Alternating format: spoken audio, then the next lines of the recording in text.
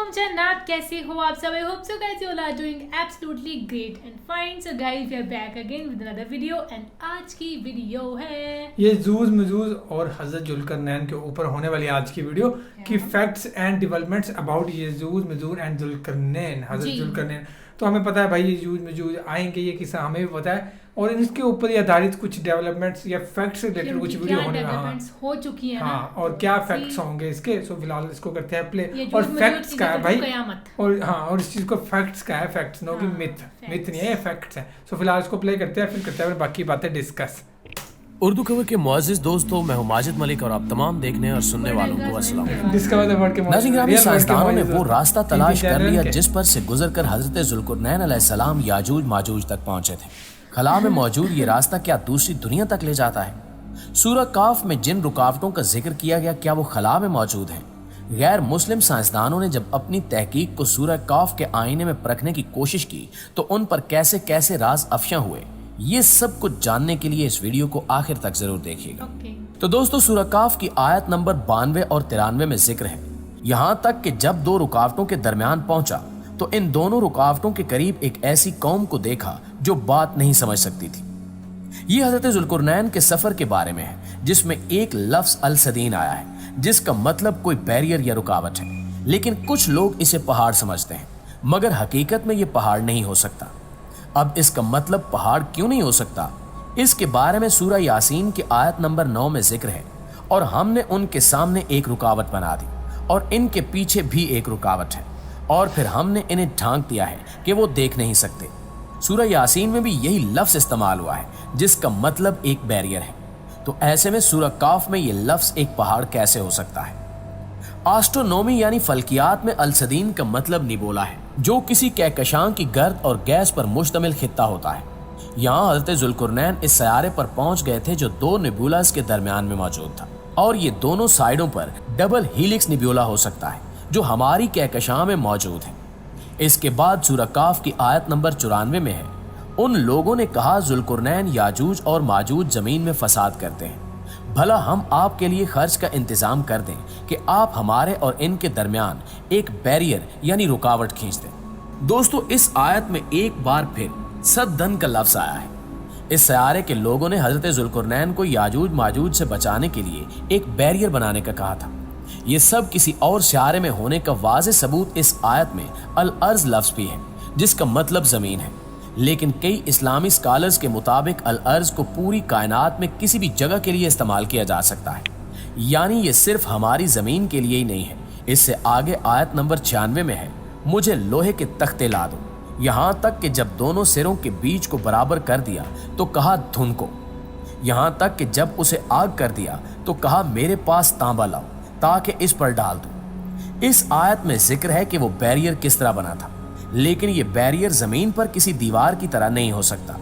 बहुत से स्कॉलर्स का ये मानना है कि उस दौर में जदीद टेक्नोलॉजी नहीं थी, तो ऐसे में कोई बैरियर या अनदेखी दीवार बनाना नामुमकिन था.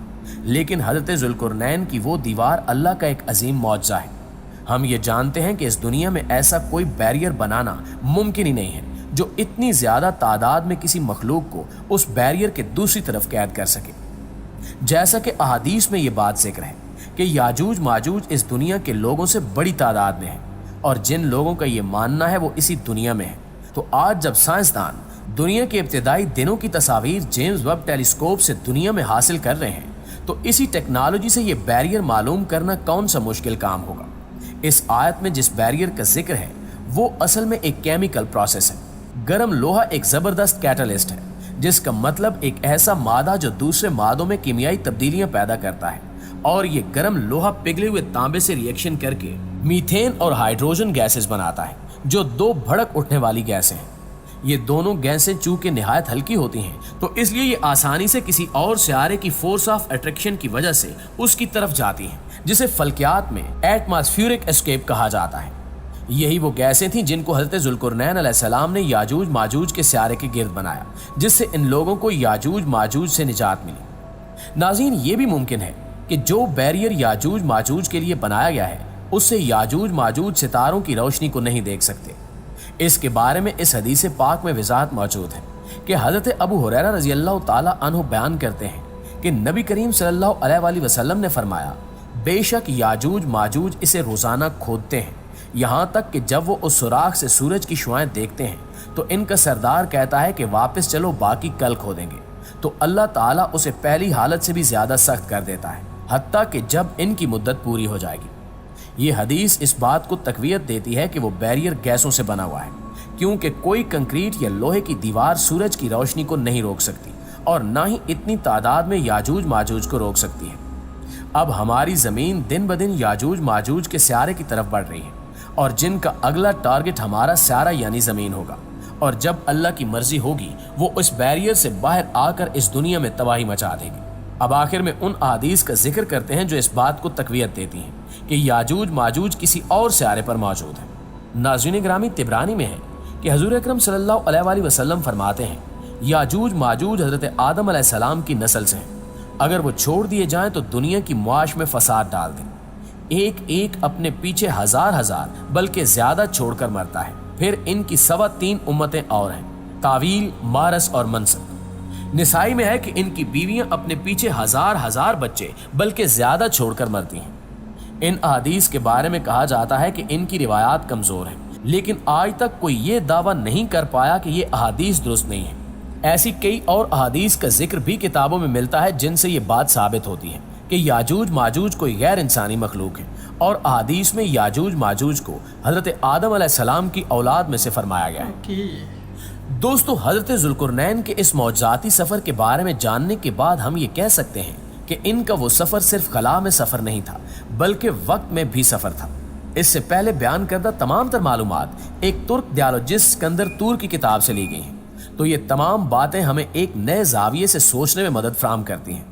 और जिस तरह आज हम हॉलीवुड की तखय्युलाती मूवीज देखने के बाद इन पर आंखें बंद करके यकीन कर लेते हैं, ऐसे ही साइंस भी ये कहती है कि खला से ऊपर कई जहान आबाद हैं, और इन जहानों का कुरान करीम में कई जगहों पर जिक्र भी आया है। कुरान करीम में इरशाद होता है कि आसमान खोला जाएगा, बस वो हो जाएगा दरवाजे दरवाजे, यानी आलम बाला जो हमारी नजरों से ओझल है वो खोला जाएगा और गैबी पर्दे हटा दिए जाएंगे। फिर इसके दरवाजे जाहिर हो जाएंगे। ये दरवाजे असल में वो पोर्टर्स या दरवाजे होंगे जिनसे गुजरकर हमारी अरवाह 7वें आसमान से भी आगे जाएंगे।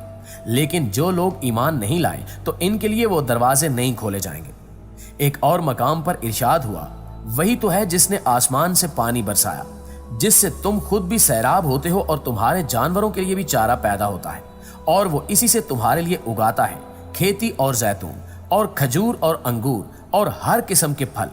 बेशक इसमें गौर करने वालों के लिए अल्लाह की कुदरत की बड़ी निशानियां हैं।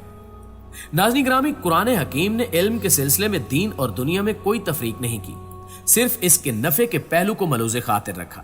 लिहाजा जो शख्स साइंसी और दीगर अलूम को कायनात में बिखरी हुई अल्लाह की निशानियों को दरियाफ्त करने, इसकी कुदरत और कारीगरी को समझने और इसकी मखलूकात खसूसन आलम इंसानियत को नफा पहुंचाने की गरज से हासिल करने की सही करेगा तो इसका ये अमल अमले खैर तस्वुर किया जाएगा।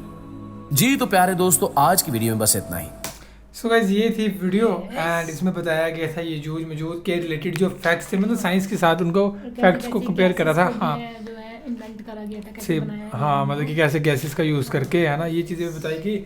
एंड भाई ये चीज़ मेंशन करी गई थी कि हदीस के बीच में लिखा हुआ भाई ये सब कुछ फैक्ट जो भी हैं यजूज मजूज के रिलेटेड, और दूसरी बात कि हज़रत जुल्करनैन के रिलेटेड। एंड ये कहा जाता है कि ये हज़रत आदम अलैहिस्सलाम की ही औलादों में से हैं यजूज मजूज। एंड बाकी एक चीज़ थी कि रात की रोशनी होती है, जो चाँद की रोशनी होती है, उनमें इनको दिखता नहीं है, दीवार नहीं दिखती है वो वाली। अदरवाइज हमने ये सुना हुआ वीडियोस के बीच में कि ये सुबह से लेके शाम तक दीवार को खोदते रहते हैं। हाँ, फिर ये कहते हैं कि आज रुक जाते हैं और उसके बाद बाकी कल करेंगे। और मेरे ख्याल से इनका रीज़न यही होगा क्योंकि इनको रात को दिखता नहीं होगा, इसलिए ये सुबह से लेके शाम तक तोड़ते होंगे, रात को दिखता नहीं होगा। एंड बाकी तो फिलहाल ये थी वीडियो गाइज, और होप सबको पसंद आई होगी। Thank you so much for watching the video. मिलते हैं नेक्स्ट वीडियो में।